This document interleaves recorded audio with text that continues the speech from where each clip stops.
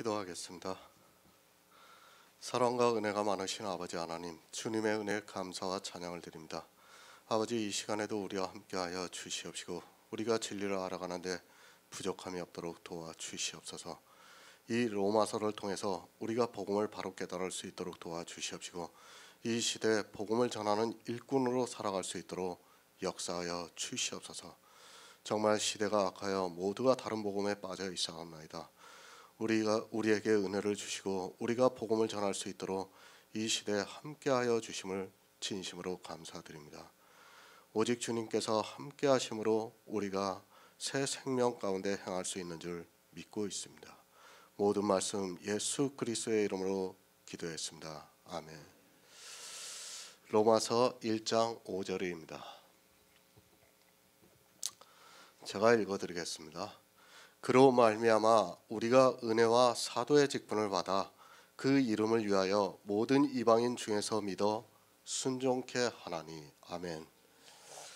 예수 그리스도, 그는 유일하신 하나님입니다. 제 개인의 주장이 아니라 성경이 그렇게 말씀을 하고 있습니다. 성경을 전체적으로 보고 성령의 감동을 받는 성도라면 당연히 그렇게 믿고 있습니다. 이 영의 일을 사람의 이성으로는 설명할 수 없지만 성경이 그렇다고 하면 그런 것입니다. 이 시대는 믿지를 않고 있습니다. 예수 그리스도가 하나님이라는 것은 믿지만 삼위일체의 하나님이라고 믿고 있습니다. 그것은 성경에서 말씀하는 유일하신 하나님을 믿는 것이 아니라 삼위일체라는 다른 신을 믿고 있다는 것을 알고 있어야 합니다. 성경을 정말 잘 보시기 바랍니다. 하나님과 예수 그리스도를 지칭하는 말씀들이 동일하다는 것을 알고 있어야 합니다. 왜 못 믿습니까? 사람의 이성으로 이해가 안 되기 때문입니다. 영의 일을 믿는 것은 사람의 이성으로는 이해가 안 된다는 것을 알고 있어야 합니다. 이것을 사람의 이성으로 이해할 수 있었다면 우리에게 믿음이라는 것을 주실 필요가 없이 불교와 같이 깨달음으로 구원을 받을 수 있다는 것을 알아야 합니다. 오직 믿음입니다. 그 믿음 안에는 분명히 깨달아지는 역사가 있습니다. 그러나 불교에서 말하는 깨달음과는 다릅니다. 믿어지기 위한 역사가 있는 깨달음이지 그 깨달음이 우리를 구원할 수 없다는 것을 알고 있어야 합니다. 그래서 성경은 오직 나의 의는 믿음으로 살리라고 말씀하고 있고 성도는 이 믿음을 얻기 위해서 성경을 보고 깨닫고 있습니다. 믿음의 대상입니다.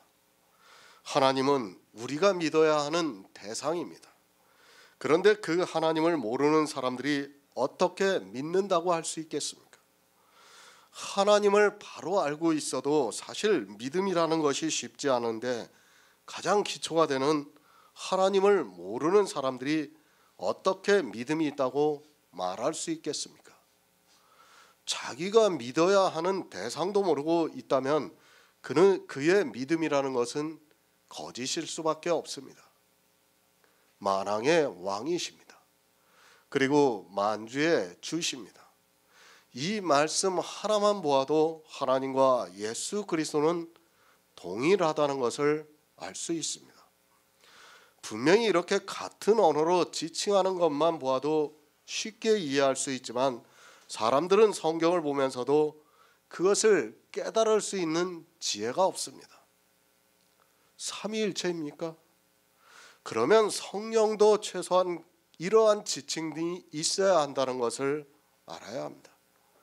성령을 하나님이라고 하려면 반드시 성경에서 만왕의 왕이라고 하고 만주의 주라고 해야 하는 말씀이 있어야 합니다.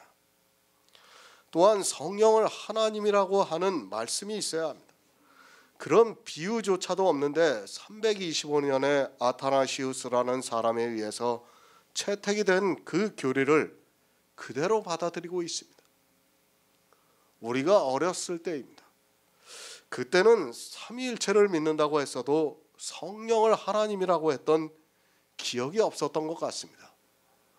제가 기억이 나쁜지는 잘 몰라도 지금과 같이 성령을 직접적으로 하나님이라고 하지는 않았던 것 같은데, 이 시대는 노골적으로 하나님이라고 지칭하고 있습니다. 성경에 없는 말들을 만들어서 하고 있으면서도 자기들이 구원을 받을 것이라고 생각하고 있습니다. 영의 일입니다. 그것을 이해하려고 하지 마시기 바랍니다. 아니, 사람의 이성으로는 이해가 안 되는 일입니다.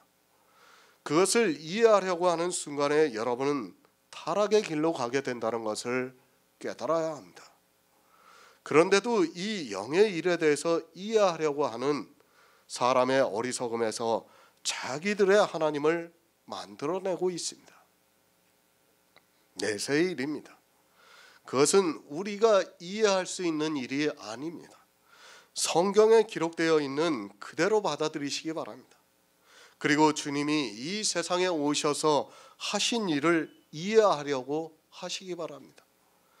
성경을 보고 주님께서 하신 일을 이해해야 하지 영의 일을 이해하려고 해서는 안 됩니다. 주님이 하신 일을 깨달으면 이 영의 일은 내 안에서 역사하는 믿음으로 말미암아 믿어지는 역사가 있습니다. 이 시대는 거꾸로 하고 있습니다. 주님이 오셔서 이루신 구속의 일은 전혀 깨닫지도 못하고 있는 그들이 내세의 일을 깨달으려고 하니까 자기들이 믿어야 하는 대상인 하나님조차도 모르고 살아가고 있습니다. 어떻게 자기들의 믿음의 대상이라고 하는 하나님도 모르면서 천국에 가겠다고 하는지 도무지 이해가 안 됩니다. 삼위일체를 믿는 모든 사람은 다른 신을 믿는 어리석은 사람이라는 것을 알아야 합니다. 다수가 삼위일체를 믿고 있습니까? 그렇더라도 성경이 아니면 아니라는 것을 알고 있어야 합니다. 다수를 따라 죽겠습니까? 성경은 분명히 하나님께서 다수를 기뻐하시지 않는다고 말씀하고 있습니다.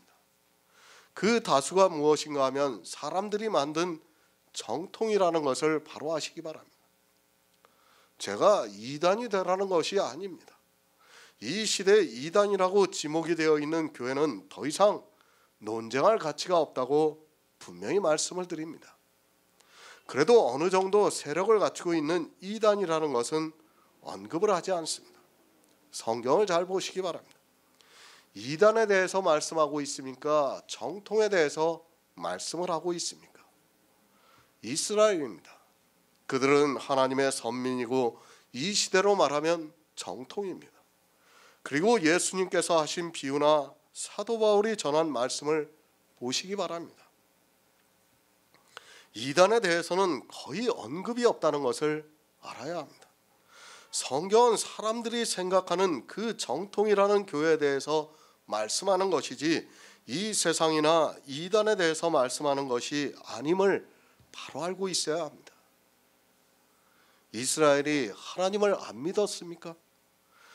그들은 스스로 하나님을 믿는 백성이라고 자부하면서 살아가고 있었습니다. 그들만 그렇게 생각한 것이 아니라 그 주변 국가들도 이스라엘을 보고 하나님을 믿는 백성이라고 하는데 의심하지 않았습니다. 그러나 그들은 하나님을 안 믿었다는 것을 알고 있어야 합니다. 하나님을 믿었으면 어떻게 했습니까? 주님께서 이 세상에 오셨을 때 그들은 분명히 주님을 영접했을 것입니다. 하지만 그들은 하나님을 믿지 않아서 도리어 대적을 했습니다. 이 시대에 예수 그리스도를 믿습니까? 안 믿고 있습니다. 사도 바울이 그래서 저희가 하나님을 입으로 시인하나 복종치 아니하는 자라고 말씀을 하고 있습니다. 예수 그리스도를 믿는다고 하지만 주님이 하신 일에 복종을 하지 않고 있습니다. 분명히 말씀드립니다. 성경은 우리에게 유일하신 하나님을 말씀하고 있습니다. 그 외의 것을 믿는다면 절대로 구원을 받을 수 없다는 것을 알고 있어야 합니다. 아마 그리스도 편지를 통해서 아무리 이 말씀을 전해도 이제까지 삼위일체에 대해서 세뇌가 되어 있는 교인들은 도리어 이단이라고 생각할 것이 분명합니다. 그럴지라도 저는 유일하신 참 하나님을 믿으라고 말씀을 드립니다. 그분이 예수 그리스도입니다. 로마서에서는 사도 바울이 아들로 인정이 되셨다고 말씀을 하고 있고, 이사야서에서는 한 아들을 우리에게 주셨는데 전능하신 하나님이라 영존하시는 아버지라고 말씀을 하고 있습니다. 예수 그리스도께서 아들로 인정이 되는 순간 그분은 전능하신 하나님이고 영존하시는 아버지라는 것을 믿어야 합니다. 그리고 그분은 다시 오실 분이라는 것을 믿으시기 바랍니다. 사실 로마서 1장 4절의 말씀을 사람들이 깨닫지를 못하니까 유일하신 하나님을 믿지를 못하는 거예요. 사도 바울이 쓴 로마서 1장 4절을 깨달으면 우리가 유일하신 하나님을 믿는데 아무 지장이 없어요. 아무 문제가 되지 않습니다. 그러나 사람들이 그 말씀을 깨닫지 못하니까 지금 다 삼위일체를 믿고 있는 겁니다. 새 번역을 보겠습니다. 우리는 그를 통하여 은혜를 입어 사도의 직분을 받았습니다. 그것은 우리가 그 이름을 전하여 모든 민족이 믿고 순종하게 하려는 것입니다. 사도 바울입니다. 그가 어떻게 사도의 직분을 받았는가를 말씀하고 있습니다. 이 시대에 신사도 운동이 일어나고 있습니다. 사도는 더 이상 없다는 것을 알고 있어야 합니다. 이 시대의 신사도 운동이라고 하면서 자기들이 사도의 계승자라고 하는 사람들이 있는데 그것은 성경을 모르는 어리석은 사람들입니다. 사도는 주님이 이 세상에 오셔서 세운 11사도와 그리고 주님이 승천하신 후에 사도로 세운 사도 바울뿐입니다. 그 후에 사람이 있습니다. 그가 사도 바울과 같은 영감을 받았다 해도 그는 사도가 될 수 있는 것이 절대로 아닙니다. 이제는 장로입니다. 그리고 집사입니다. 이것이 성경적이라는 것을 아시기 바랍니다. 호칭에 대해서는 장로라고 해도 되고 목사라고 해도 되고 감독이라고 해도 됩니다. 그러나 그 이상의 호칭을 쓰려고 하는 자들이 있다면 다 이단이라는 것을 알고 있어야 합니다. 은혜입니다. 사도 바울은 자기가 은혜를 입었다고 말씀을 하고 있습니다. 그러니까 사도 바울이 직분을 받은 것은 예수 그리스도의 은혜라는 말씀입니다. 하지만 이 시대는 은혜를 너무 남발하고 있습니다. 그저 그 단어에 좋은 의미를 갖다 보니까 아무 것이나 다 은혜라고 말하고 있습니다. 함부로 사용하지 마시기 바랍니다. 좋은 의미의 단어라 해도 아무렇게나 사용해서는 안 됩니다. 왜 그렇게 하고 있는가 하면 은혜를 모르기 때문에 자기들이 어떤 행위를 하고 나서 은혜라는 말을 하고 있고 은혜를 받았다고 말을 합니다.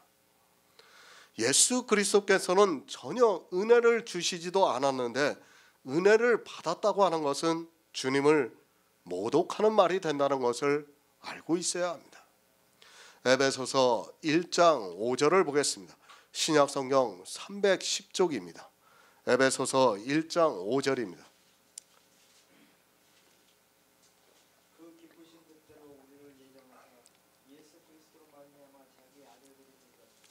아멘. 은혜입니다. 우리 성도가 받은 은혜입니다. 예수 그리스도로 말미암아 자기의 아들들이 되게 하신 것이 은혜라는 말씀입니다. 내 안에 하늘로부터 온 그리스도의 생명이 탄생이 되어서 하나님의 아들이 된 그것이 은혜라는 말씀입니다. 하지만 이 시대는 은혜를 너무 남발하고 있습니다. 생명입니다. 하나님께서 우리에게 주시는 것이 바로 이것입니다. 그 외의 것을 주신다고 생각하지 마시기 바랍니다. 우리가 받은 것입니다. 이 생명을 우리에게 주셨습니다. 그것을 받은 것이 은혜입니다. 다른 것을 가지고 은혜라는 말을 사용해서는 안 됩니다. 그럼에도 이 시대는 아무 것에나 은혜라는 단어를 사용해도 되는 것으로 생각하고 있습니다. 구원입니다. 예수 그리스도로 말미암아 하늘의 생명이 있는 성도만이 은혜를 입은 자라는 것을 아시기 바랍니다. 그런 사람만이 사도의 직분을 행할 수 있습니다. 사도 바울이 지금 그 말씀을 하고 있습니다. 내가 예수 그리스도를 믿어 그의 은혜로 내 안에 그리스도의 생명이 있고 그런 내가 사도의 직분을 받았다고 말씀을 하고 있습니다. 아들이 되어야 합니다. 말로 아들이라고 하지 마시기 바랍니다. 아들이라고 할 때는 반드시 내 안에 그리스도의 생명이 있어야 합니다. 예수 그리스도를 믿음으로 그리스도의 영이 내 안에 거해야 된다는 말씀입니다. 이 영이 내 안에 있는 것은 순전히 예수 그리스도의 은혜입니다. 내 의지와는 상관이 없이 그 기쁘신 뜻대로 우리를 예정하셔서 하나님의 아들들이 되게 하셨다는 말씀입니다. 내 뜻이 아닙니다. 내가 믿고 싶다고 해서 믿어지는 것이 아닙니다. 내가 원하든 원치 않든 하나님의 기쁘신 뜻대로 아들이 되었습니다. 그것이 은혜가 된다는 말씀입니다. 이 아들이 되는 역사가 하나님의 능력이라는 말씀입니다. 이렇게 아들이 된 사도 바울에게 사도의 직분을 주셨다는 말씀입니다. 지금은 사도가 없습니다. 이 시대는 목사라고 칭하고 있습니다. 그런 명칭은 크게 문제가 되지 않는다고 생각하고 있습니다. 그런데 목사가 되려면 반드시 복음을 알아야 합니다. 하나님이 선지자들로 말미암아 그의 아들에 관하여 성경에 미리 약속하신 것을 알아야 하고 또 믿어야 한다는 말씀입니다. 하지만 안타깝게도 이 복음에 대해서 미리 말씀을 드렸지만 아는 사람이 없습니다. 복음입니다. 사도 바울은 분명히 이 복음을 알고 있었습니다. 그러나 이 시대 목사들이라고 하는 사람들은 복음을 모르고 있습니다. 제가 앞서서 강의를 했지만 과연 이 시대 구약을 보고 복음을 안다고 하는 사람이 몇이나 됩니까? 저는 거의 없다고 생각하고 있습니다. 선지자들로 말미암아 그의 아들에 관하여 성경에 미리 약속하신 것을 모른다면 은혜를 받은 사람이 아닙니다. 복음이 있어야 합니다. 그런 성도만이 은혜를 받은 사람입니다. 구약 성경을 이스라엘과 같이 문자적으로 보고 있는 사람은 아직 복음이 없는 사람입니다. 선지자들로 말미암아 그의 아들에 관하여 성경에 미리 약속하신 것을 알아야 그 안에 복음이 있고 그가 믿어서 하나님의 아들이 되는 것입니다. 이 복음이 그냥 알아집니까?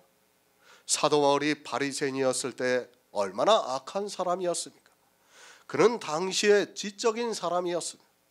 그리고 나름대로는 성경을 알고 있다고 한 사람입니다.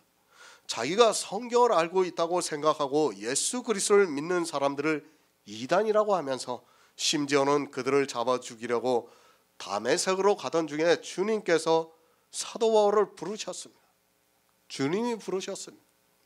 그리고 그의 안에 예수 그리스도가 계시가 되었습니다. 이 모든 일이 다 은혜라는 말씀입니다. 사도 바울이 이 세상에서는 지혜가 있다고 했지만 이 복음을 알고 예수 그리스도를 믿어 자기 안에 새 생명이 있기까지는 오직 주님의 은혜라는 말씀입니다. 그렇게 은혜를 받았습니다. 그리고 사도의 직분을 받았습니다. 사도 바울이 그냥 직분을 받은 것이 아니라 먼저 은혜를 입고 직분을 받았습니다. 그러나 이 시대 복음을 전한다고 하는 사람들은 은혜를 입지 않고 세상의 이성에 따라 종교적인 직분을 행하면서 마치 예수 그리스도를 믿음으로 말미암아 직분을 받은 것으로 생각하고 있습니다. 사도의 직분이 있습니다. 앞에서 말씀을 드렸지만 더 이상 사도는 없습니다. 이 시대 신사도 운동이라고 하는 것은 다 거짓에 미혹되어 있는 사람들입니다. 성경을 바로 보시기 바랍니다. 왜 그런 것에 미혹이 되는가 하면 성경을 안 보기 때문에 사람의 말에 미혹을 당하고 있습니다. 요한계시록 21장 14절을 보겠습니다. 신약성경 421쪽입니다. 요한계시록 21장 14절입니다.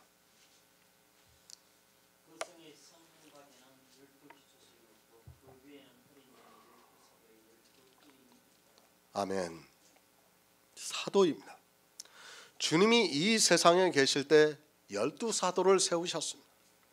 그러나 그 중에 가룟 유다가 주님을 팔고 스스로 죽었습니다. 그리고 난 후에 주님이 부활 승천하시고 사도 바울을 부르셨습니다. 사도의 계승이라는 것은 없다는 것을 알고 있어야 합니다. 마치 자기들이 사도의 계승자라고 하면서 이상한 샤머니즘적인 행위를 하는 사람들이 많이 있는데 다 거짓입니다. 주님은 12사도를 세우셨습니다. 그 외에 자기를 사도라고 지칭하는 사람이 있다면, 아니 신사도라고 지칭하는 사람이 있다면 그는 성경을 부정하는 사람이 된다는 것을 알고 있어야 합니다. 사도의 직분은 사도 바울로서 끝이 났습니다. 더 이상 사도가 없다는 것을 알아야 하고 신사도라는 것도 없다는 것을 알아야 합니다. 성경입니다. 성경에 없는 것을 주장하는 사람들은 다 거짓입니다. 왜 그런 말에 미혹을 당하는가 하면 성경을 안 보고 거의 맹목적으로 종교에 빠져 있기 때문입니다.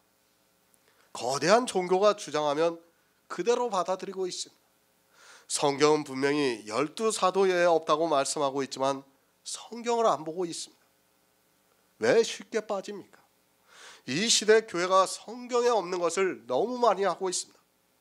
성경에 없는 것을 자기들이 만들어서 하다 보니까 그런 신사도 운동을 해도 아무 생각이 없이 받아들이고 있는 것을 볼 수 있습니다. 종교가 되어 있는 교회 안에서는 미혹하는 자들이 무슨 짓을 하더라도 받아들이게 되어 있습니다. 다만 도덕적인 것이 문제가 되지 않는다면 그가 말하는 모든 것을 그대로 받아들입니다. 12사도입니다. 그 외에는 없습니다. 누군가 신사도 운동을 하고 있다면 반드시 성경에서 신사도에 대해서 말씀을 하고 있어야 합니다. 사실 디모데나 디도를 속사도라고 하는데 그것도 잘못된 것입니다. 분명히 사도 바울은 디모데에게 장로라고 말씀을 하고 있습니다. 내가 장로에서 안수를 받았다고 말씀을 하고 있습니다. 디모데는 장로입니다. 그를 속사도라고 하는 것도 역시 잘못된 용어입니다. 그리고 그 후에 사람들을 교부라고 하는 것도 역시 잘못된 용어라는 것을 알고 있어야 합니다. 이제는 장로가 맞습니다. 그리고 집사가 맞습니다. 그런데 교회가 언제부터 목사라는 호칭을 쓰고 있습니다. 가르치는 자의 자라는 표현이기 때문에 목사라고 해도 나쁘지 않다고 생각합니다. 그렇죠. 성경에 가르치는 자에 대한 것이 나오고 있습니다. 그러니까 목사가 한문으로 하면 가르치는 자이기 때문에 사실 목사라고 부른다고 해서 그것이 크게 잘못되었다고는 생각하지 않습니다. 사도의 직분을 받았습니다. 그 직분이 얼마나 영광스러운 직분인가를 알아야 합니다. 우리는 성경에서 사도라고 하니까 그저 쉽게 생각을 하고 있습니다. 하지만 성경을 보면 사도는 12사도밖에 없다는 것을 말씀하고 있습니다. 하늘의 성곽에 12기초석에 12사도의 이름이 있다고 말씀을 하고 있습니다.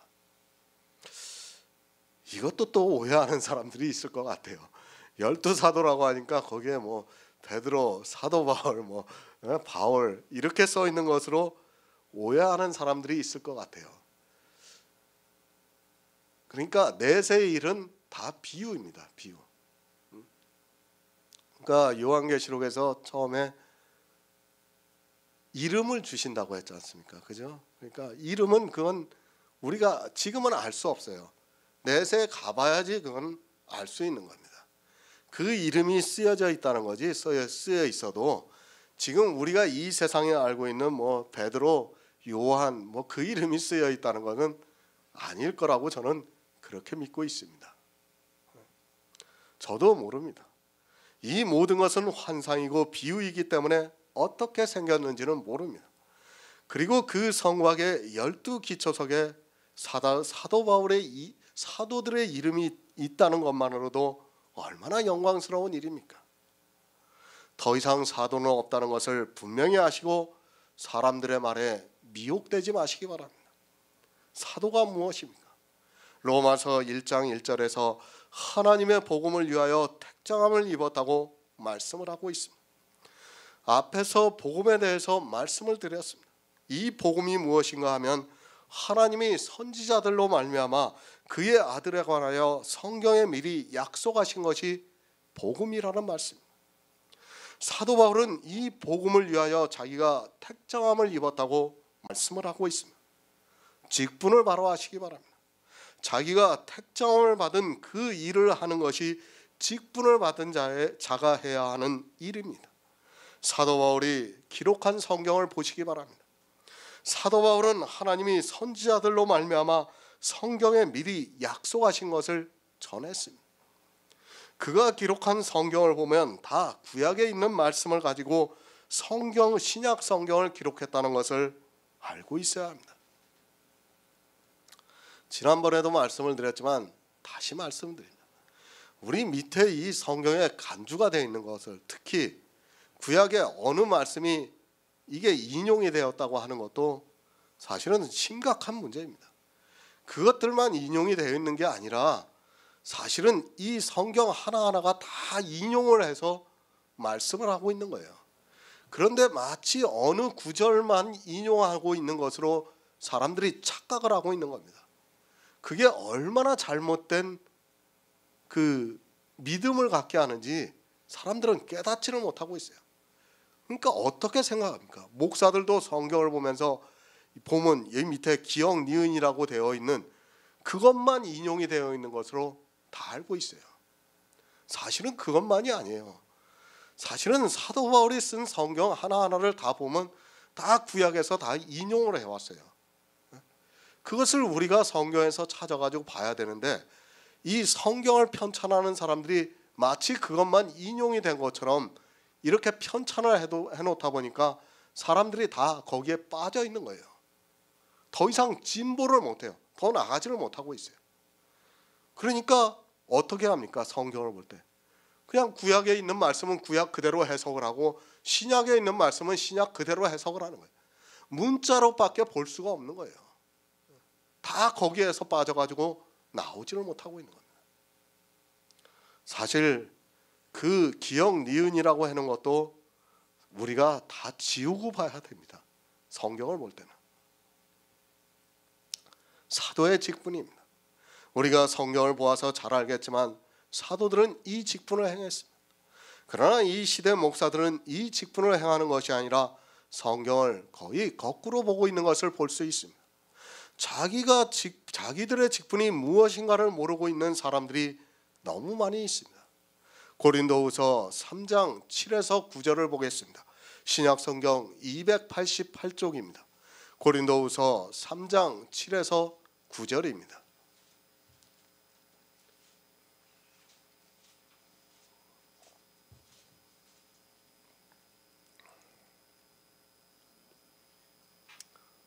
(3장 7에서 9절이요) 고린도후서요.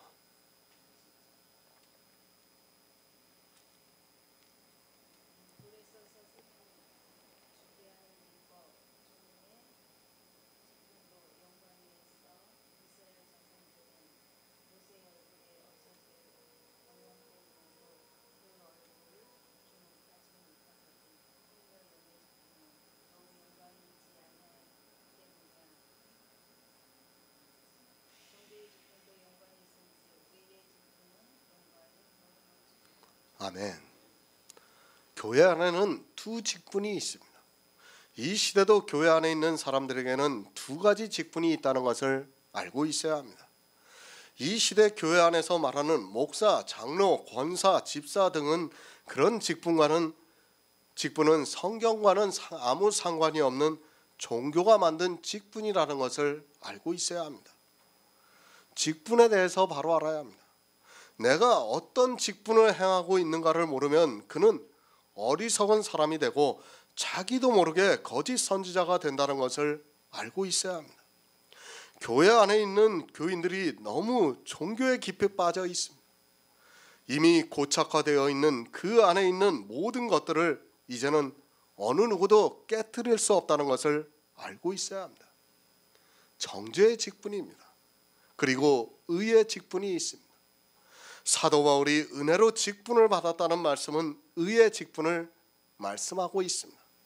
하지만 이 시대는 자기들이 어느 직분을 행하고 있는 줄을 모르고 있습니다. 그저 신학교를 졸업하고 목사 안수를 받고 정통이라는 교단에 속해 있으면 마치 의의 직분을 행하는 것으로 생각하고 있습니다. 그러나 어떻습니까? 의의 직분을 행하는 사람은 거의 없습니다. 이 시대를 보더라도 다 정죄의 직분에 빠져 있으면서도 지혜가 없어서 자기들이 무슨 직분을 행하고 있는 줄을 모르고 있습니다. 사도 바울은 분명히 돌에 써서 죽게 하는 의문의 직분이라고 말씀을 하고 있고, 또 의의 직분이 있다고 두 가지 직분에 대해서 말씀을 하고 있습니다. 정죄의 직분입니다. 반드시 죽게 한다는 것을 알고 있어야 합니다. 성경에서 그렇게 말씀하고 있으면 그런 것입니다. 하지만 죽게 하는 직분도 영광이 있다고 말씀하고 있습니다. 사람의 눈에는 그것이 더 영광이 있어 보이기 때문에 모두가 정죄의 직분에 빠져 있으면서도 그것을 깨닫지 못하고 있습니다. 출애굽기 31장 18절을 보겠습니다. 구약성경 131쪽입니다. 출애굽기 31장 18절입니다. 여호와께서 시내산 위에서 모세에게 이르시기를 마치실 때 증거판 돌을 모세에게 주시니 이는 돌판이요 하나님 친히 쓰신 것이니라. 아멘. 하나님께서 친히 쓰셨습니다. 이것이 무엇입니까? 이 시대 성경을 펼 때마다 앞에다 빼서 큰 글자로 다시 써내고 있는 십계명이라는 것을 알고 있어야 합니다. 성경에서 돌에 쓴 것이 이 십계명밖에는 없다는 것을 알고 있어야 합니다. 그런데 이 직분을 무엇이라고 합니까? 돌에 써서 죽게 하는 정죄의 직분이라고 말씀을 하고 있습니다. 죽게 하는 직분입니다. 살게 하는 직분이 아니라 죽게 하는 직분이라는 말씀. 이 시대 모든 교회가 다 이 십계명이 살아있다고 하면서 이 십계명이 성도로서 살아가는 데 있어 꼭 필요하다고 주장하고 있습니다. 칼뱅도 이 십계명에 대해서는 율법의 제3용도로 말을 하고 있습니다. 율법의 제3용도입니까? 그런데 사도 바울은 그 직분은 죽게 한다고 말씀을 하고 있습니다. 사람의 이성에는 분명히 영광이 있어 보이지만 이 직분은 죽게 한다고 성경에 분명히 기록하고 있습니다. 그런데도 이것을 지켜야 한다고 이제까지 거의 모든 신학자들이 이야기를 하고 있습니다. 그리고 제사법과 시민법은 폐하여졌지만 도덕법은 살아있다고 주장하고 있습니다. 직분입니다. 이것을 지킨다는 말씀입니다. 문자 그대로 지킨다는 말씀입니다. 이 십계명은 제가 굳이 일일이 말씀을 드리지 거론하지 않아도 된다고 생각합니다. 이것이 정죄의 직분이라고 말씀을 하고 있습니다. 그런데도 이 시대 거의 모든 교회가 이 십계명이 살아있다고 하면서 지키고 있습니다. 실제 그들은 이 십계명 중에 하나도 지키지 못하면서 지키고 있다고 거짓에 미혹이 되어 있습니다. 어느 계명을 지켰습니까? 나 외에 다른 신을 섬기지 말라는 첫 계명을 지키고 있습니까?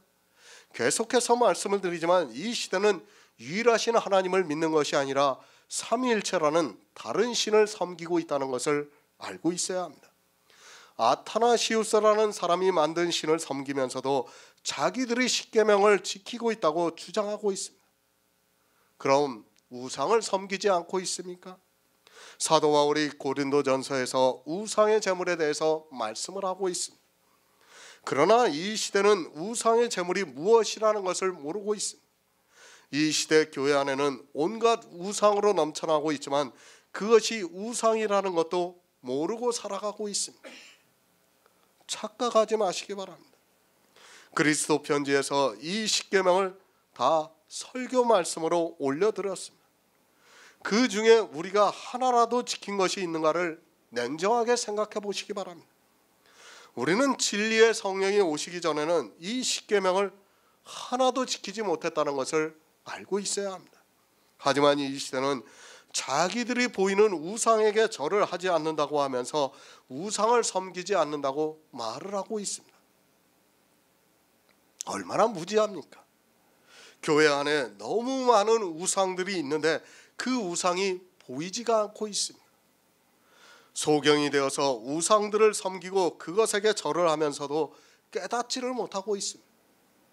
그러면서도 자기들에게 이 십계명이 살아있다고 하면서 지키고 있다고 말을 하고 있습니다. 정죄의 직분입니다. 이 십계명을 문자 그대로 지키는 사람은 반드시 죽습니다. 왜 죽는가 하면 이것은 정죄의 직분이기 때문에 죽게 한다고 성경에서 말씀하고 있기 때문에 죽습니다.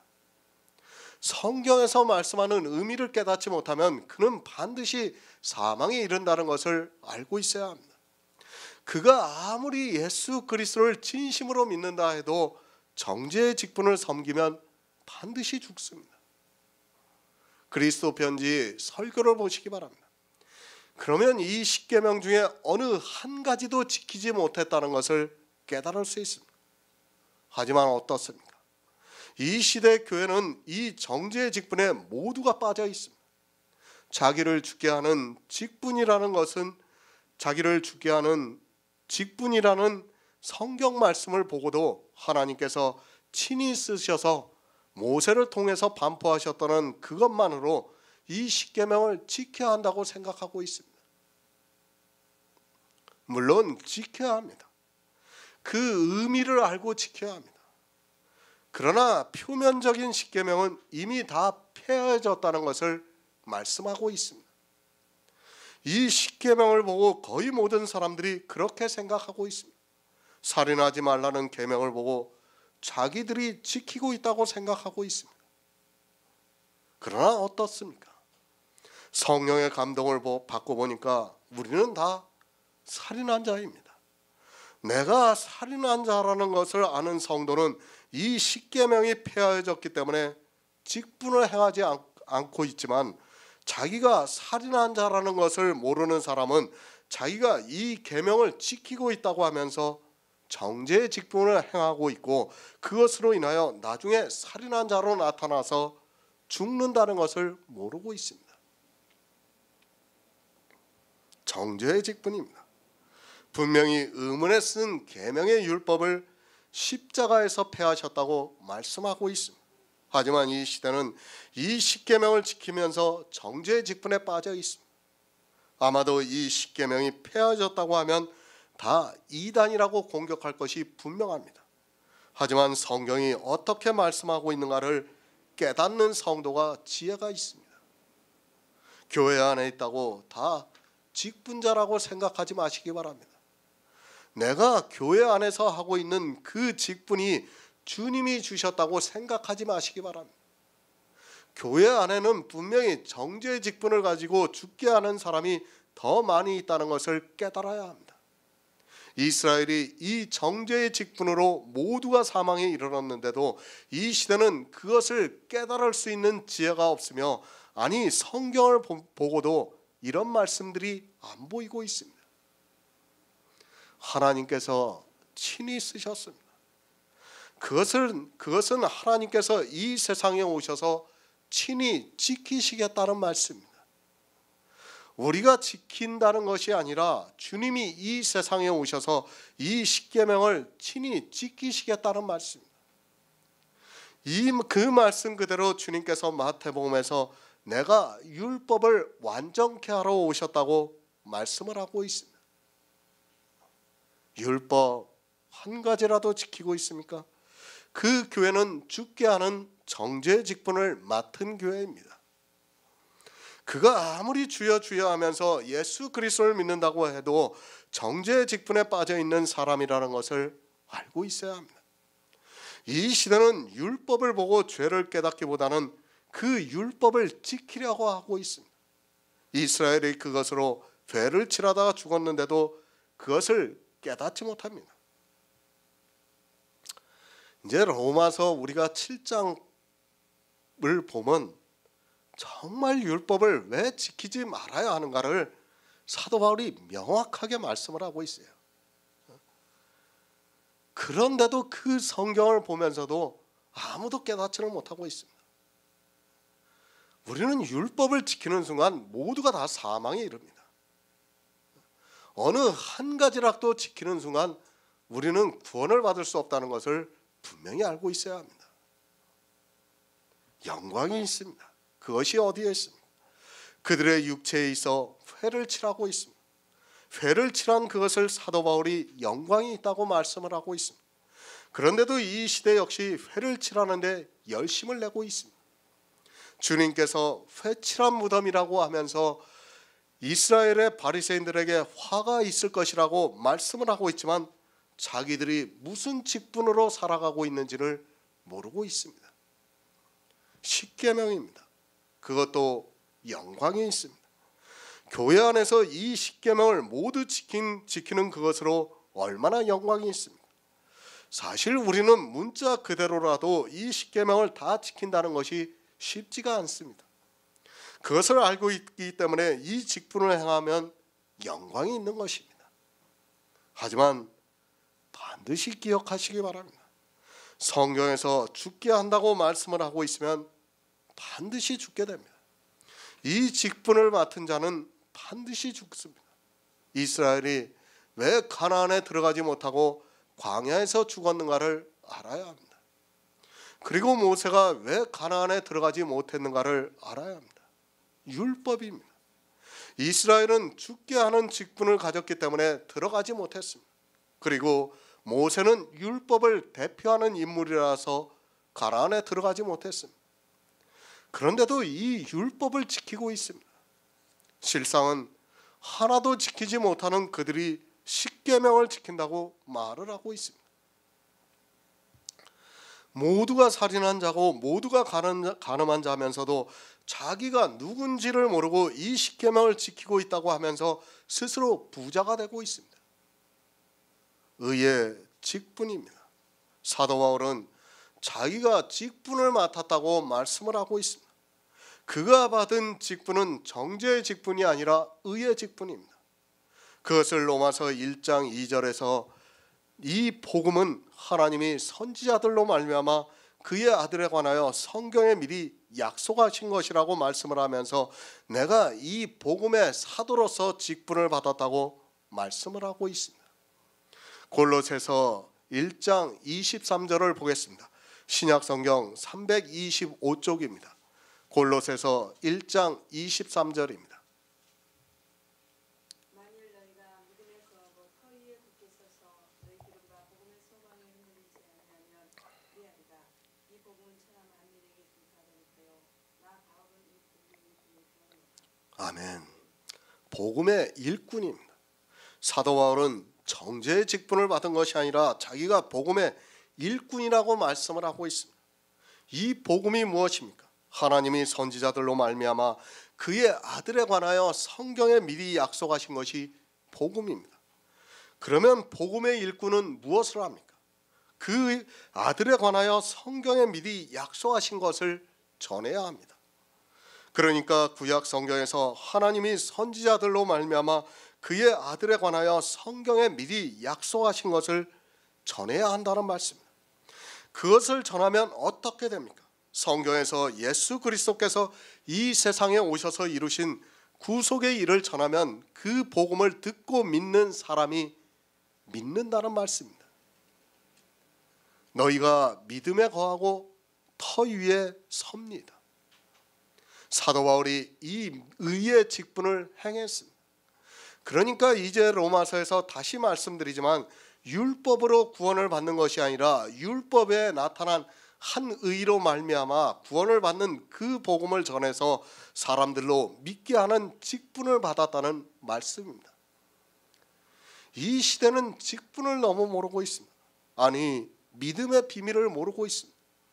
하나님께서 왜 선지자들로 말미암아 그의 아들에 관하여 성경에 미리 약속하셨는가 하면 그의 아들을 믿음으로 생명을 얻게 하기 위해서입니다.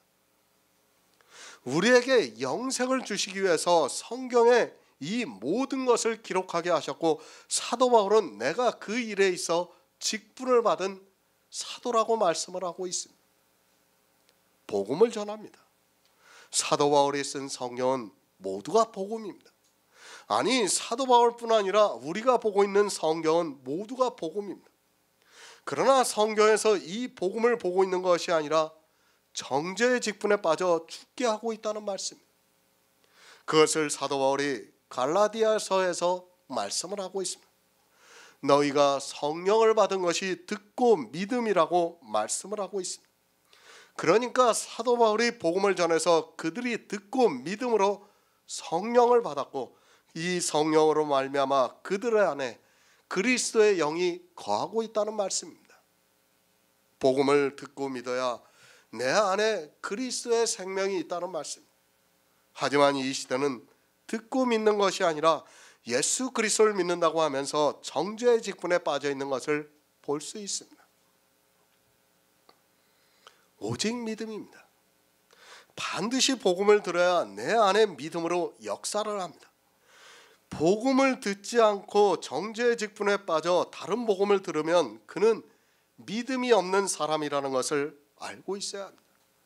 이 시대는 정죄의 직분에 빠져 있으면서도 자기들이 교회 안에서 예수 그리스도를 믿는다고 하는 그런 행위를 하는 것으로 듣고 믿고 있다고 착각을 하고 있습니다. 복음을 들어야 믿음이 역사를 합니다. 다른 복음을 들으면 절대로 믿음이 역사를 하지 않습니다. 교회 안에서 율법을 단 한 가지라도 지키고 있는 사람은 믿음이 없는 사람입니다. 그가 아무리 진심으로 믿고 있다고 해도 믿음이 없는 사람이라는 것을 바로 알고 있어야 합니다. 지금은 사도가 없습니다. 그러나 사도들이 기록한 성경을 보고 있습니다. 우리는 사도는 아닐지라도 이 시대 가르치는 자로서의 복음의 일꾼으로 살아가고 있습니다. 이 복음의 일꾼은 죽게 하는 정죄의 직분을 행하지 않고 있습니다. 그러니까 단 한 가지라도 율법을 지키지 않고 있다는 말씀입니다. 내가 어느 직분을 가지고 있는가를 바로 아시기 바랍니다. 또 나를 가르치는 자입니다. 정죄의 직분을 가르치고 있는 사람에게서 배우는 모든 사람은 그 정죄로 인하여 반드시 죽게 됩니다.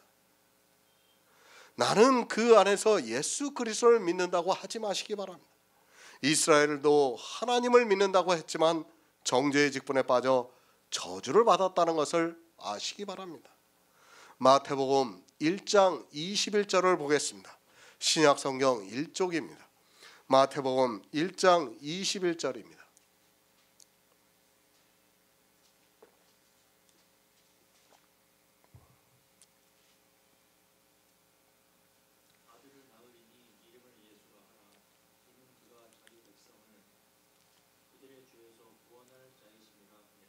아멘. 사도의 직분을 받았습니다. 어떤 직분인가 하면 그 이름을 위하여 모든 이방인 중에서 믿어 순종케 하는 직분을 받았습니다. 그러니까 그 이름을 전하여 모든 민족이 믿어 순종케 하라고 사도의 직분을 받았다는 말씀입니다. 그 이름이 무엇인가 하면 아들을 낳으리니 예수라 하라. 이는 그가 자기 백성을 저의 죄에서 구원할 자라는 말씀입니다. 그 이름입니다.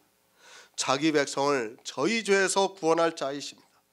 예수 그리스도는 이 세상에 왜 오셨는가 하면 우리 인생 모두가 죄로 인하여 죽음을 맞이하게 되었는데 그 죽을 우리에게 새 생명을 주셔서 천국의 아들들이 되게 하기 위해서 오셨습니다. 그 이름을 위하여 사도의 직분을 받았습니다. 자기 백성을 저희 죄에서 구원할 자인 예수 그리스도를 전해서 믿어 의롭다함을 얻어 생명을 얻게 하기 위해서 사도의 직분을 받았다는 말씀입니다. 이 시대도 마찬가지입니다. 비록 사도는 없습니다. 그러나 장로와 집사가 그 일을 하고 있다는 말씀입니다. 그 이름을 위하여 예수 그리스도의 이름을 전하고 있습니다. 그 이름에 담겨져 있는 것이 우리에게 복음이라는 말씀입니다. 우리가 보고 있는 모든 성경이 하나님께서 그 이름에 관하여 말씀을 하고 있습니다. 성경에서 그 이름을 알아 전하는 자로 사도 바울이 직분을 받아 그 시대의 성경을 기록했고, 우리가 그 성경을 보면서 성령을 받아 믿고 있습니다. 우리를 구원할 자이십니다. 왜 성경을 보는가를 모르는 사람이 있습니다. 그리고 그저 문자를 어느 정도 아는 것으로 마치 자기가 구원을 받은 것으로 생각하는 사람들이 참 많이 있습니다. 정통이라는 교회 안에 들어가서 신앙생활을 하는 것으로 자기들이 구원을 받은 것으로 생각하고 있습니다. 복음을 믿어야 합니다. 교회 안에서 정죄의 직분을 행하면서 복음을 믿는다고 하지 마시기 바랍니다. 성경을 기록한 어느 선지자도 우리 인생들이 율법을 지켜야 한다고 말씀하고 있지 않습니다. 다만 사람들이 자기들의 이성을 가지고 성경을 보다 보니까 오해를 하고 있을 뿐입니다. 이방인들이 믿어 순종케 하려고 합니다. 순종한다고 하니까 이상하게 생각하지 마시기 바랍니다. 정죄의 직분에 순종하는 것이 절대로 아닙니다. 복음에 순종해서 믿어 구원을 받는 것에 있어서 순종하는 것이지 정죄의 직분에 순종하는 것이 아니라는 것을 바로 알고 있어야 합니다. 이 시대는 무엇에 순종하는가를 모르고 있습니다. 순종이라는 단어만 나오면 자기 육체로 무엇을 하려고 하고 있습니다. 그것을 사도 바울이 죽게 하는 정죄의 직분이라고 말씀하고 있습니다. 믿어 순종케 하려고 한다는 말씀은 예수 그리스도를 믿음으로 구원을 받는 것을 말씀하고 있습니다. 예수 그리스도를 믿습니다. 그것은 우리가 해야 하는 순종입니다. 그가 교회 안에서 어떠한 일을 한다 해도 예수 그리스도를 믿지 않고 있다면 그는 순종하지 않는 자입니다. 다시 말씀드리지만 율법을 단 한 가지라도 지키고 있으면서 순종한다고 하지 마시기 바랍니다. 율법을 지키고 있는 사람은 믿음으로 순종하는 사람이 아니라는 것을 아시기 바랍니다. 믿어 순종케 하고 있습니다. 오직 나의 의는 믿음으로 살리라고 말씀을 하고 있습니다. 그러니까 이 순종은 사는 것에 대한 순종이라는 말씀입니다. 교회 안에서 정죄의 직분에 순종하는 것이 아니라 예수 그리스도의 복음을 듣고 믿어서 의롭다함을 얻어서 영생을 얻는 순종을 말씀하고 있습니다. 순종하시기 바랍니다. 두 가지가 있습니다. 교회 안에는 율법에 순종하는 사람이 있고 복음에 순종하는 사람이 있습니다. 이 둘을 함께 할 수 있다고 생각하지 마시기 바랍니다. 어느 한 가지를 하면 어느 한 가지는 할 수 없습니다. 직분이라는 것은 어느 한 가지를 하는 것입니다. 물론 세상에서는 한 사람이 많은 직분을 할 수 있겠지만 성경은 두 가지 직분을 말씀하고 있습니다. 둘 중에 하나입니다. 율법에 순종하느냐 아니면 복음에 순종하느냐를 말씀하고 있습니다. 사도 바울은 로마서를 시작하면서부터 복음에 대해서 말씀하고 있습니다. 그러니까 자기가 어떤 직분을 받았는가를 말씀하고 있습니다. 이방인들에게 이 복음을 전해서 믿어 순종케 하는 직분을 받았다고 말씀하고 있습니다. 그러나 이 시대는 사도 바울이 쓴 성경을 보면서도 믿지를 않고 있습니다. 마가복음 1장 1절에서 말씀하고 있습니다. 하나님의 아들 예수 그리스도의 복음의 시작이라고 말씀하고 있습니다. 주님이 오심으로 해서 그림자로 있던 복음이 우리 이방인들에게 밝히 보여졌지만 이 성경을 보는 이방인들이 복음을 안 믿고 있습니다. 말로는 믿는다고 하지만 그들의 행위를 보면 전혀 복음에 순종하지 않고 있는 것을 볼 수 있습니다. 이사야 49장 6절을 보겠습니다. 구약성경 1028쪽입니다. 이사야 49장 6절입니다.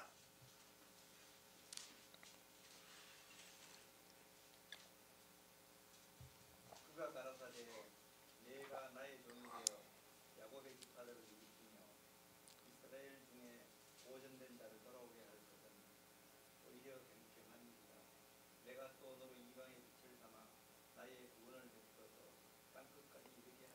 아멘. 이방의 빛입니다. 주님이 이 세상에 오시지 않았다면 우리 이방인들은 소망이 없다는 것을 알고 있어야 합니다. 물론 이스라엘에게도 마찬가지지만 우리 이방인들은 구원을 받을 수 없습니다. 주님이 오셔서 구속의 일을 이루시고 하늘에 올라가신 후에 사도 바울을 이방의 사도로 삼으셨습니다. 그것은 구약의 약속을 이루시기 위해서입니다. 사실 신약 성경은 물론 이스라엘에게도 해당이 되지만 우리 이방인들을 믿게 하기 위해서 기록이 되었다 해도 틀린 말이 아닙니다.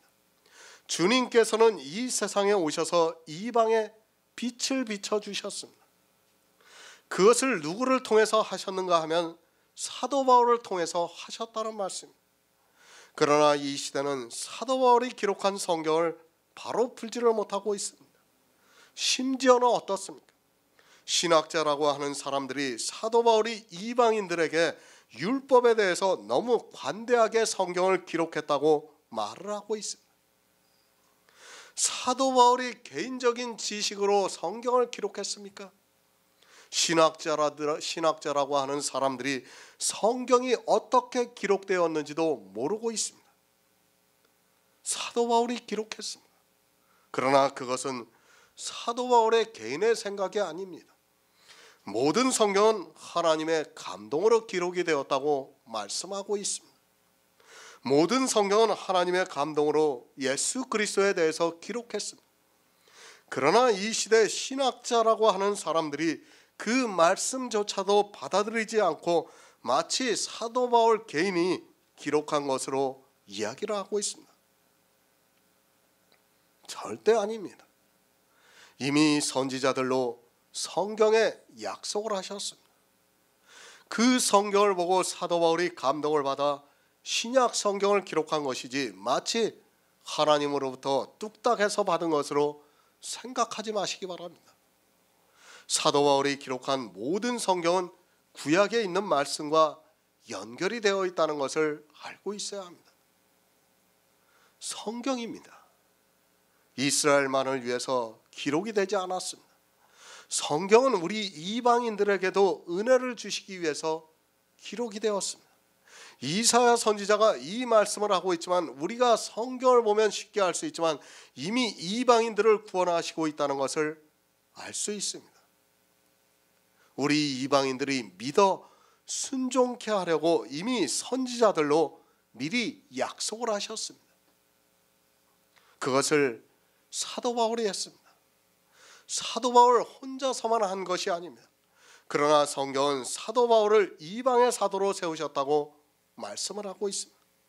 예수 그리스도를 믿어 순종케 하려고 사도로서 직분을 받았습니다.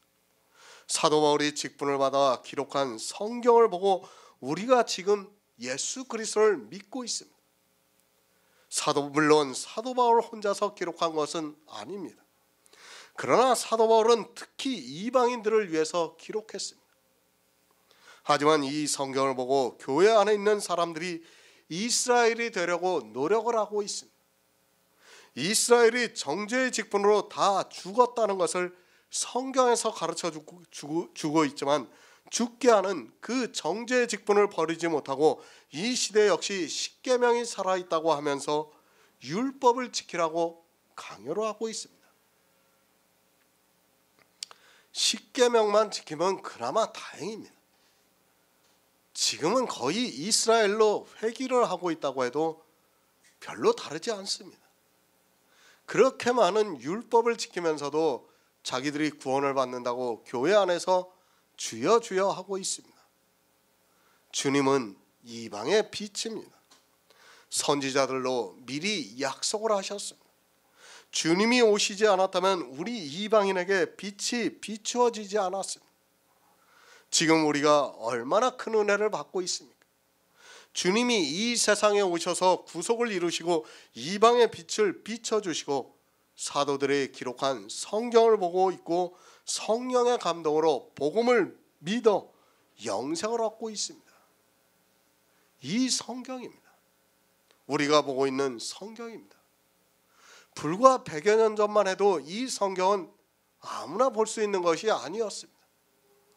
주님이 이방인들에게 빛을 비춰주시고 사도들이 성경을 기록했지만 일반 사람들이 성경을 마음 놓고 볼 수 있었던 시대는 얼마 되지 않는다는 것을 알고 있어야 합니다. 정말 우리는 감사해야 합니다. 인쇄술이 발달한 것도 불과 400~500년 전이라는 것을 알고 있어야 합니다.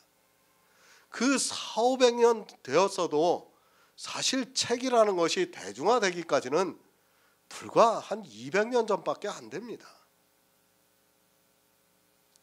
예수 그리스도는 우리에게 있어 은혜입니다. 그러나 이스라엘과 마찬가지로 돌에 써서 죽게 하는 정죄의 직분에 모두가 빠져 있습니다. 그 일을 하느라고 예수 그리스도를 믿지 못하고 있지만 깨닫지를 못하고 있습니다.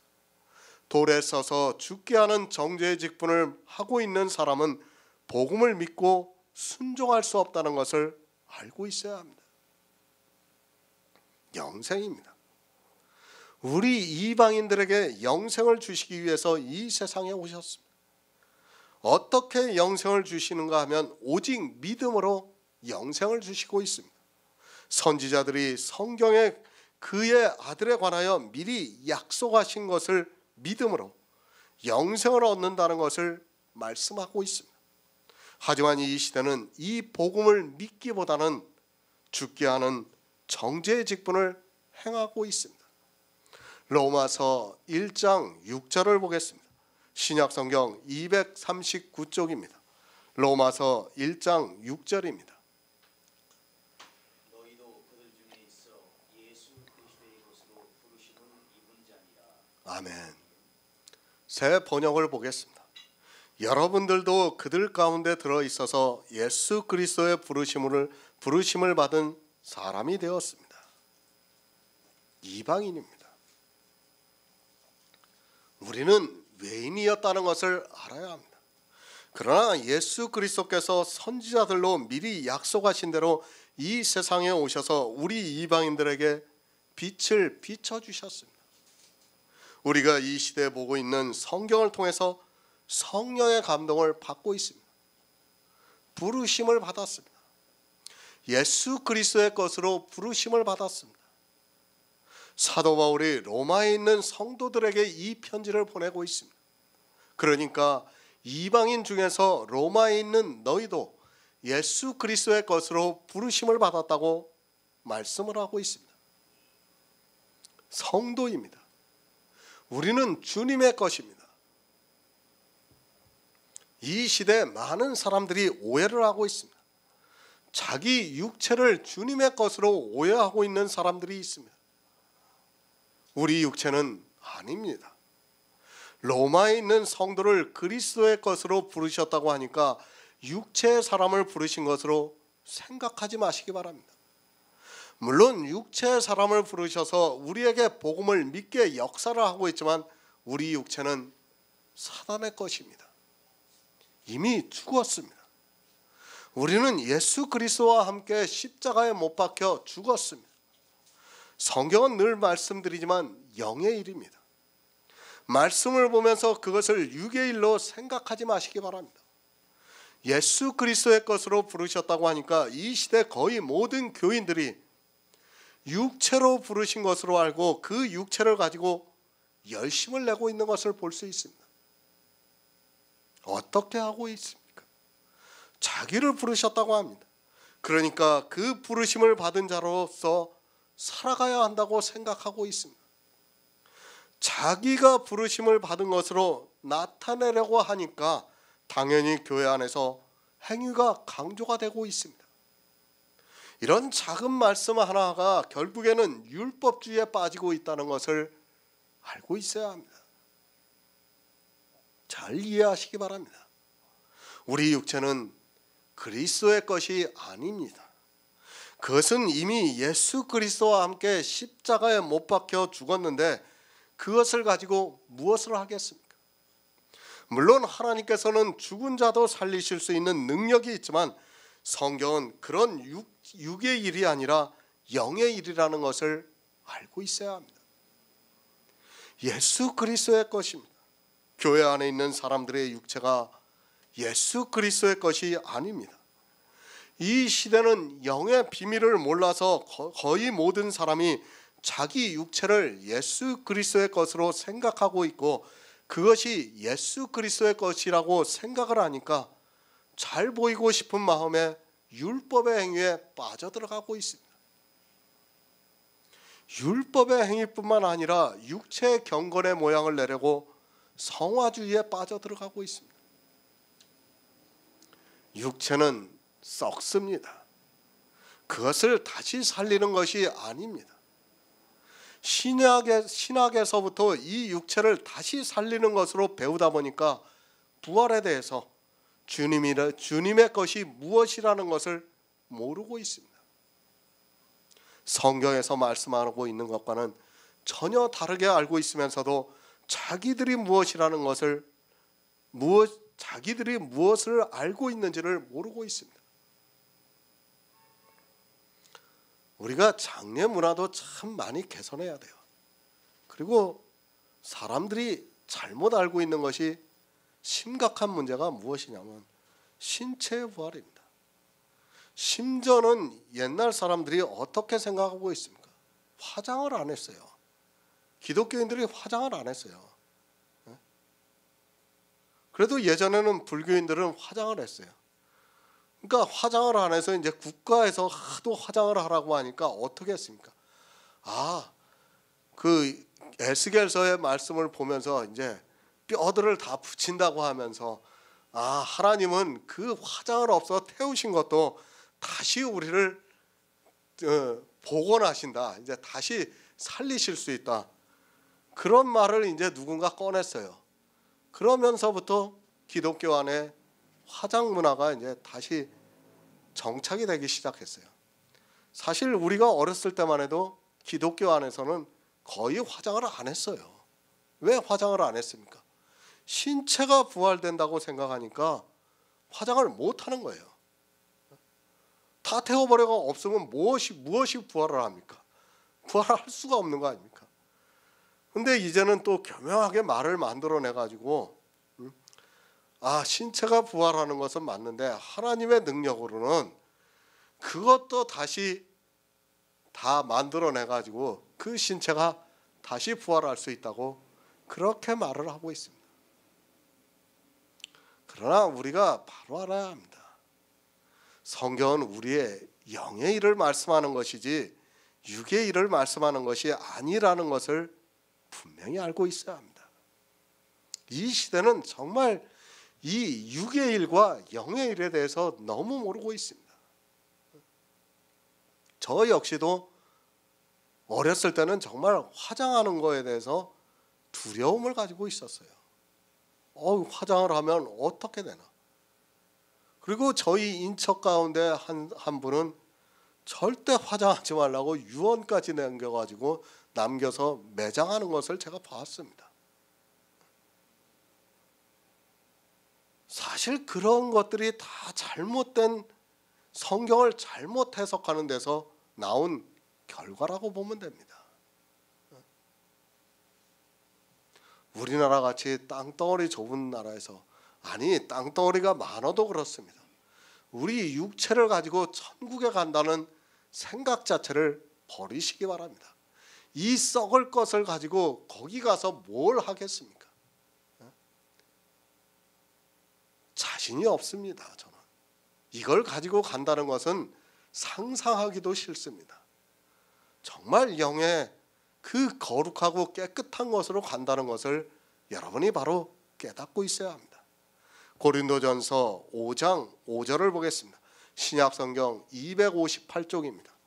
고린도전서 5장 5절입니다.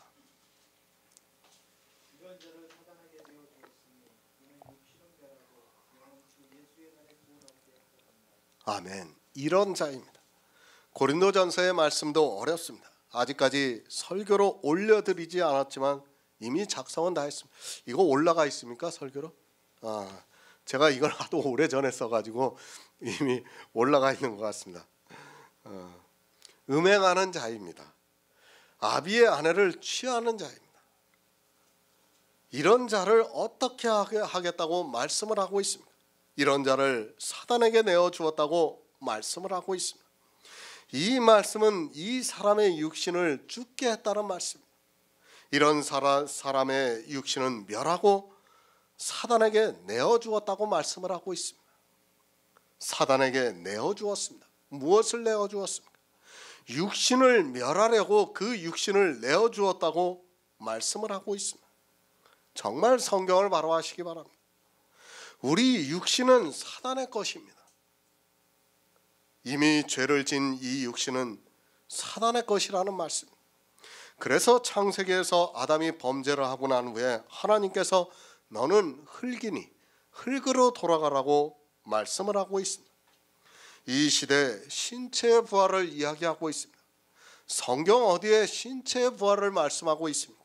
성경은 신체의 부활을 말씀하고 있지 않습니다. 아담에게도 너는 흙이니 흙으로 돌아가라고 분명히 말씀하고 있습니다. 그리고 우리 육체는 썩는다고 말씀을 하고 있습니다. 그 썩는 것을 다시 살려서 부활하는 것이 아닙니다. 그것은 이미 사단에게 내어 주었습니다. 사단의 것입니다. 우리 육체는 사단의 것이 되었습니다. 그렇기 때문에 우리에게 죽음이라는 것이 찾아오고 있습니다. 이 죽을 것이 부활한다고 생각하지 마시기 바랍니다. 고린도전서에서도 사도 바울이 분명히 이런 자는 사단에게 내어주고 그 육신은 멸하겠다고 말씀을 하고 있습니다. 그리고 말씀합니다. 그 육신은 사단에게 내어주었지만 영은 주 예수 그리스도의 나라에 구원을 얻게 한다고 말씀을 하고 있습니다. 이 시대는 이 영의 구원을 받아들이지 않고 있습니다. 제가 영 그 자체로 구원을 받는다는 것이 아니라 이 영의 하늘에 신령한 것을 잊고 부활한다는 것을 말씀하고 있습니다. 성경을 바로 아시기 바랍니다. 사단의 것과 예수 그리스도의 것을 모르고 있습니다. 아담의 씨인 우리 육체는 사단의 것입니다. 그리고 예수 그리스도를 믿음으로 우리 안에 탄생이 되어 있는 생명, 그리스도의 영이 그리스도의 것이라는 말씀입니다. 하지만 이 영의 비밀을 모르고 있습니다. 아니, 이 시대는 이 영의 탄생에 대해서 믿지를 않고 있습니다. 두 번 나는 것입니다. 육체로 한 번 낳습니다. 그리고 성령으로 다시 한 번 또 낳습니다. 그래서 주님께서 육으로 난 것은 육이요 성령으로 난 것은 영이라고 말씀을 하고 있습니다. 육으로 난 나는 안개와 같이 잠시 보이다가 사라지는 것이고, 성령으로 난 내가 부활을 해서 그리스도와 함께 천국에서 영원히 산다는 것을 성경에서 말씀하고 있습니다. 씨 뿌리는 비유입니다. 하늘의 씨가 뿌려지고 있습니다. 그러니까 하나님께로서 난 영이 우리 안에 거한다는 말씀입니다. 이 영이 그리스도의 것이지 아담으로부터 난 내 육체가 그리스도의 것이 아니라는 말씀입니다. 이런 영의 일을 모르면서 자기가 예수 그리스도를 믿는다고 말해보아야 아무 소용이 없다는 것을 바로 알고 있어야 합니다. 영이 구원을 받습니다. 성경에서 이렇게 명확하게 말씀을 하고 있는데 신체의 부활이라는 주장을 하고 있습니다. 우리 신체는 사단의 것입니다. 그것을 다시 살려서 부활한다는 것은 이 세상 샤머니즘적인 것이라는 것을 알고 있어야 합니다. 그것이 아니라 성령으로 난 그리스도의 영이 우리 안에 거하고 그 영이 주님께서 다시 오시는 날에 신령한 몸을 입고 부활을 해서 구원을 받는다는 말씀입니다. 죄인입니다. 그 죄인을 가져가서 무엇 하겠습니까? 죄인을 깨끗하게 하시는 것이 아니라 이 죄인은 사단에게 내어주고 우리 안에 성령으로 난 영을 구원해 주시겠다는 말씀입니다. 이 영이 점도 흠도 없는 생명입니다. 그 생명을 주님의 날에 구원해 주시겠다는 말씀입니다. 사단의 것입니다. 그것을 깨끗하게 하려고 하다가 모두가 사망에 빠지고 있습니다. 그것은 아무리 깨끗하게 해도 안 됩니다.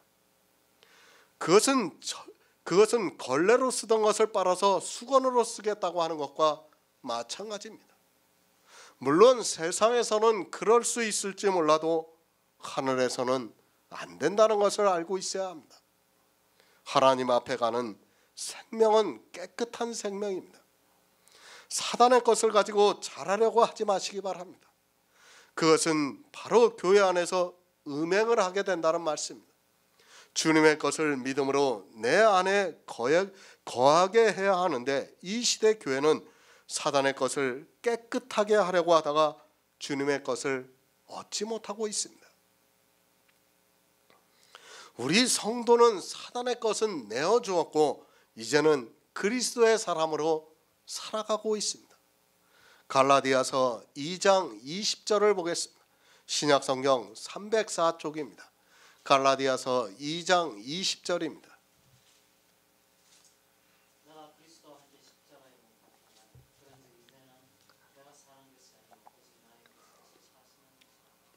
이제 내가 육체 가운데 사는 것은 나를 사랑하사 나를 위하여 자기 자신을 버리신 하나님의 아들을 믿는 믿음 안에서 사는 것이라. 아멘. 사도 바울입니다. 그리스도의 사람은 육체와 그 정을 십자가에 못 박았다고 말씀을 하고 있습니다.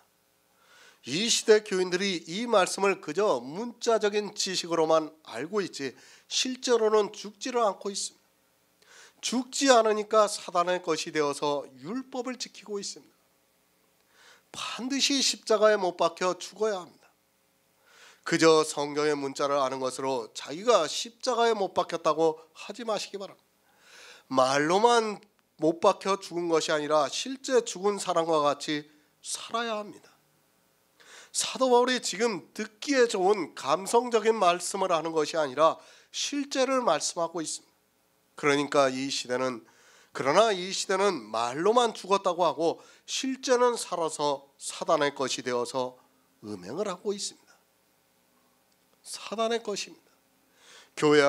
지금도 교회 안에서 음행을 하고 있습니다. 심지어는 자기 아비의 아내를 취하는 음행을 하면서도 깨닫지를 못하고 있습니다. 이것이 고린도 교회의 일이 아니라 이 시대 교회 안에 있는 모든 교인들이 아비의 아내를 취하는 음행을 하고도 통한이 여기지 않고 도리어 그것을 자랑하고 있다는 말씀입니다. 왜 그렇습니까? 자기 육체가 죽지 않았기 때문입니다. 자기 육체를 사단에게 내어주어서 죽은 성도는 절대로 음행을 하지 않습니다. 그러나 이 시대는 그러한 음행에 깊이 빠져 있으면서도 자기들이 무엇을 하고 있는지조차 모르고 살아가고 있습니다. 이제는 내가 사는 것이 아닙니다. 우리 아담의 씨는 이미 그리스도와 함께 십자가에 못 박혀 죽었습니다. 그 죽은 씨가 천국에 가는 것이 절대로 아닙니다. 사도 바울도 이제는 내가 산 것이 아니라고 말씀을 하면서 오직 내 안에 계신 그리스도께서 사신 것이라고 말씀을 하고 있습니다. 그리스도께서 사시고 있습니다. 나를 사랑하사 나를 위하여 자기 몸을 버리신 하나님의 아들을 믿는 믿음 안에서 사는 것이라고 말씀을 하고 있습니다. 그러니까 하나님의 아들 예수 그리스도를 믿음으로 내 안에 그리스도의 영이 탄생이 되고 있습니다. 그 생명이 사는 것이라는 말씀입니다. 그리고 주님께서 오실 때 그 생명이 구원을 받는다는 말씀입니다. 영의 일입니다. 그런데 이 시대는 이 영의 일을 전혀 모르고 있습니다. 그리스도 편지를 통해서 이 말씀을 하면 너무 어렵다고 하면서 도무지 받아들이지 못하고 있습니다. 때가 오래되어서 이제는 단단한 영의 식물을 먹어야 하는데 신앙생활을 수십 년 했어도 이 영의 말씀을 들어보지를 않아서 아직까지 초보에 머물러 있습니다. 육체의 행위 초보입니다. 그러나 믿음은 단단한 식물입니다. 영의 일을 믿으려면 성경에서 선지자들로 말미암아 그의 아들에 관하여 미리 약속하신 것을 먹어야 하는데 이 시대는 전혀 먹지를 않고 있습니다. 그리고 성경을 거의 문자적으로 보면서 초보에 머물러 있습니다. 주님의 것입니다. 성도는 주님의 것으로 부르심을 입었습니다. 주님의 것으로 부르심을 입었다는 말씀은 주님께서 천국에 들어가신 것과 같이 우리 역시 천국에 들어간다는 말씀입니다. 천국에 들어가는 것은 우리 육신이 아니라 그리스도의 영입니다. 그 영이 주님께서 다시 오시는 날에 깨어서 하늘에 신령한 것을 입고 구원을 받는다고 말씀을 하고 있습니다. 복음을 믿었습니다. 그 믿음으로 내 안에 그리스도의 영이 탄생이 되었습니다. 이것이 주님의 것이라는 말씀입니다. 내 육체를 가지고 주님의 것이라고 말하지 마시기 바랍니다. 그런 생각에 율법주의에 그리고 성화주의에 빠뜨리게 만들고 있습니다. 주님의 것이라고 하니까 그것을 깨끗하게 하려고 하고 있습니다. 안 됩니다. 그것은 너무 어리석은 일입니다. 모두가 이 영의 일을 모르기 때문에 육체 가운데 살면서도 깨닫지를 못하고 있습니다. 주님의 것인 우리 성도는 이제 육체 가운데 사는 것이 아니라 이 육체는 사단에게 내어주어서 십자가에 못 박혀 죽었고 내 안에 거하시는 예수 그리스도께서 살고 계십니다. 로마서 1장 7절을 보겠습니다. 신약성경 239쪽입니다.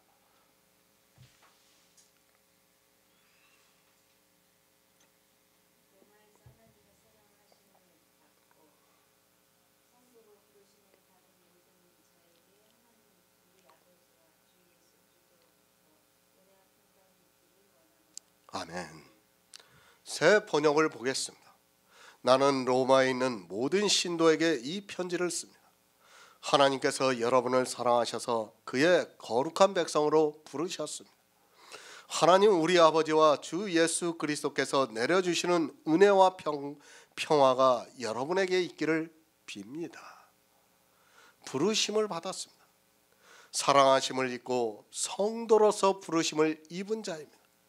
이 시대 교회 안에 있는 사람들을 성도라 부르고 있습니다. 물론 그들은 성경을 보면서 자기들이 예수 그리스도를 믿는다고 생각하고 있기 때문에 성도라고 부르는 것은 그것을 당연하게 생각하고 있습니다. 거룩한 백성입니다. 교회 안에 있다고 다 성도가 아닙니다. 반드시 거룩해야 합니다. 그것은 내 육체가 아닙니다. 우리 육체는 죄를 짓지 않고 선을 행하는 의인이 하나도 없다고 말씀을 하고 있습니다. 우리 육체는 앞에서 말씀드렸지만 성도가 될 수가 없습니다. 이미 죄로 인하여 사단에게 내어준 그 육체를 성도라 불러서는 안 됩니다. 지금은 육체입니다. 그 안에 그리스도의 영이 거하시니까 성도라 부를 수 있습니다. 그러나 엄밀히 말씀드리면 우리 육체는 성도가 아닙니다. 거룩한 백성이 아니라는 말씀입니다. 우리 안에 거하시는 그리스도의 영이 성도가 된다는 말씀. 이 시대는 자기 육체를 가지고 스스로 거룩한 백성이 되려고 하다가 그것이 음행이 되어서 사망에 이르고 있습니다. 하나님의 사랑하심을 입었습니다.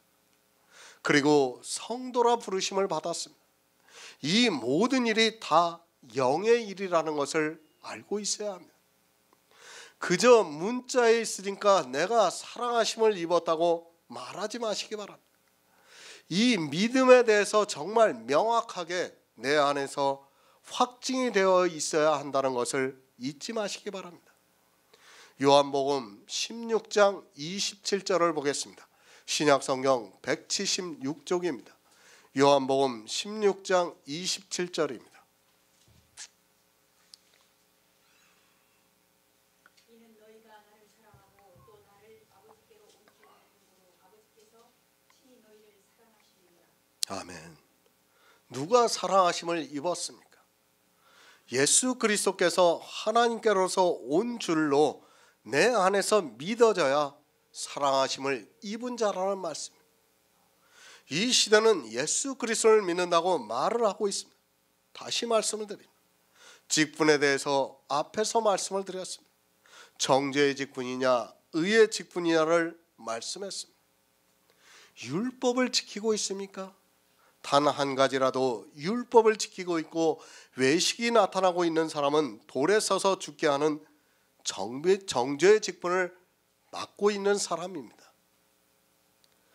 그 사람은 의의 직분을 맡은 자가 아닙니다.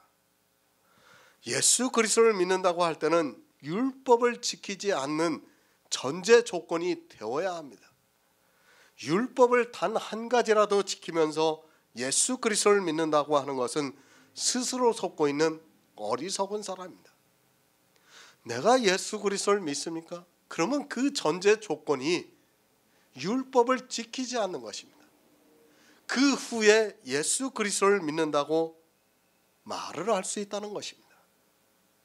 율법의 의입니다. 그리고 율법에 나타난 한 의입니다. 이 둘이 함께 할 수 있다고 생각하지 마시기 바랍니다.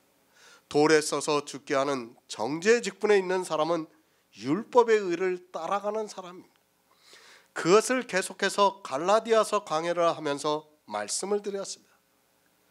예수 그리스도를 믿습니까? 그렇다면 여러분은 율법의 한 모양이라도 있어서는 안 됩니다. 예수 그리스도께서 하나님께로서 온 줄로 믿는 성도만이 하나님의 사랑하심을 입은 자라고 말씀을 하고 있습니다.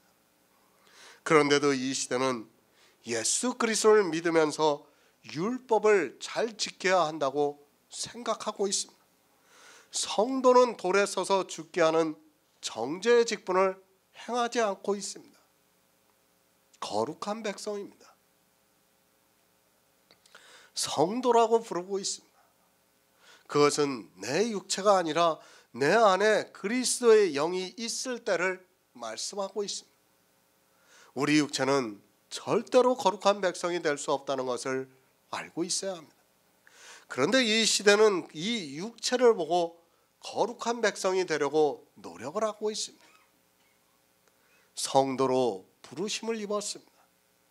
오직 믿음으로 의롭다함을 입은 성도로 부르심을 입었다는 말씀입니다. 교회 안에 있다고 다 성도라고 생각하지 마시기 바랍니다.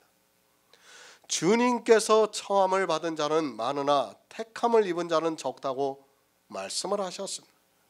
이 세상에서 부르는 그런 성도가 아니라 성도는 오직 예수 그리스도를 믿음으로 의롭다함을 얻어서 그리스도의 영이 있는 사람을 말씀하고 있습니다.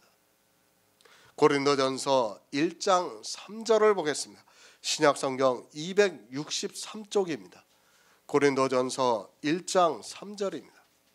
하나님 우리 아버지와 주 예수 그리스도로조차 은혜와 평강이 있기를 원하노라. 아멘. 같은 말씀입니다.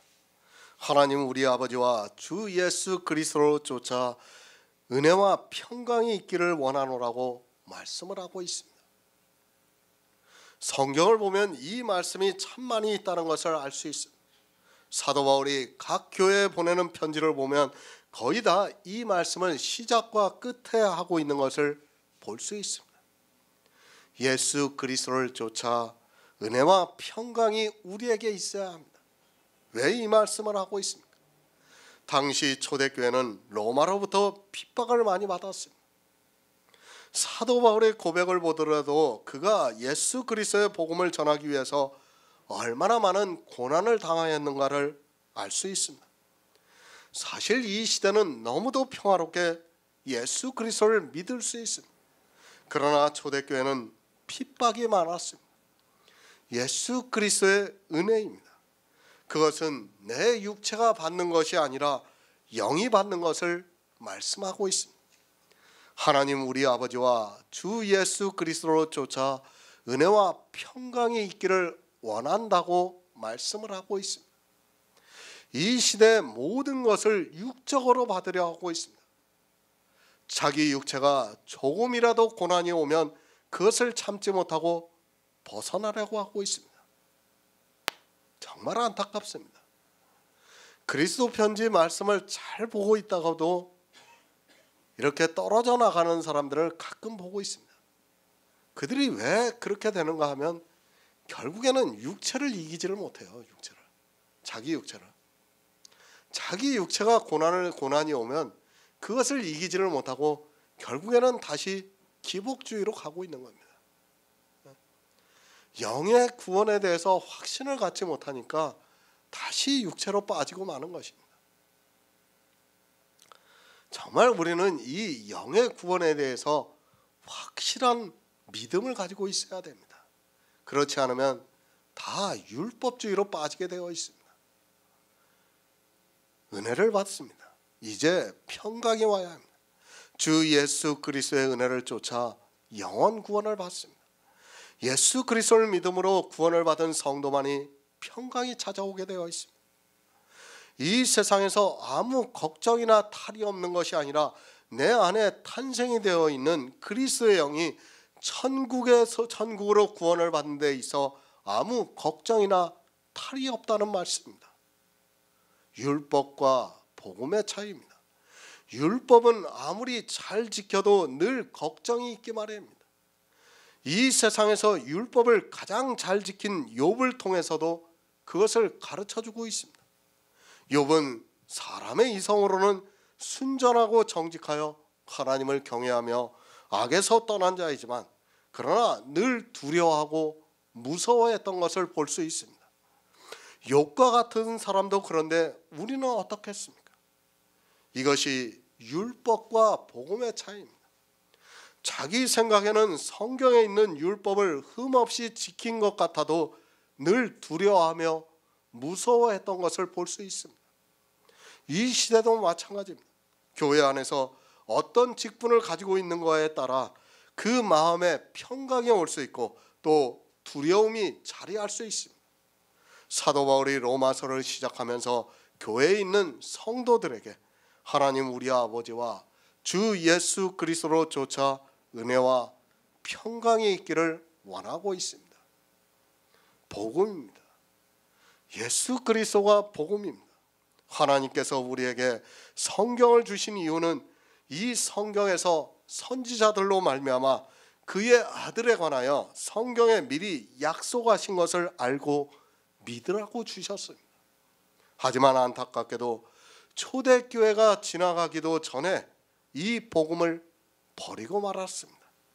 이 시대를 살아가고 있는 우리 성도들에게 사도 바울이 동일한 말씀으로 이 복음을 가르쳐주고 있고 성령의 감동으로 믿어 구원을 받는 역사가 일어나고 있습니다.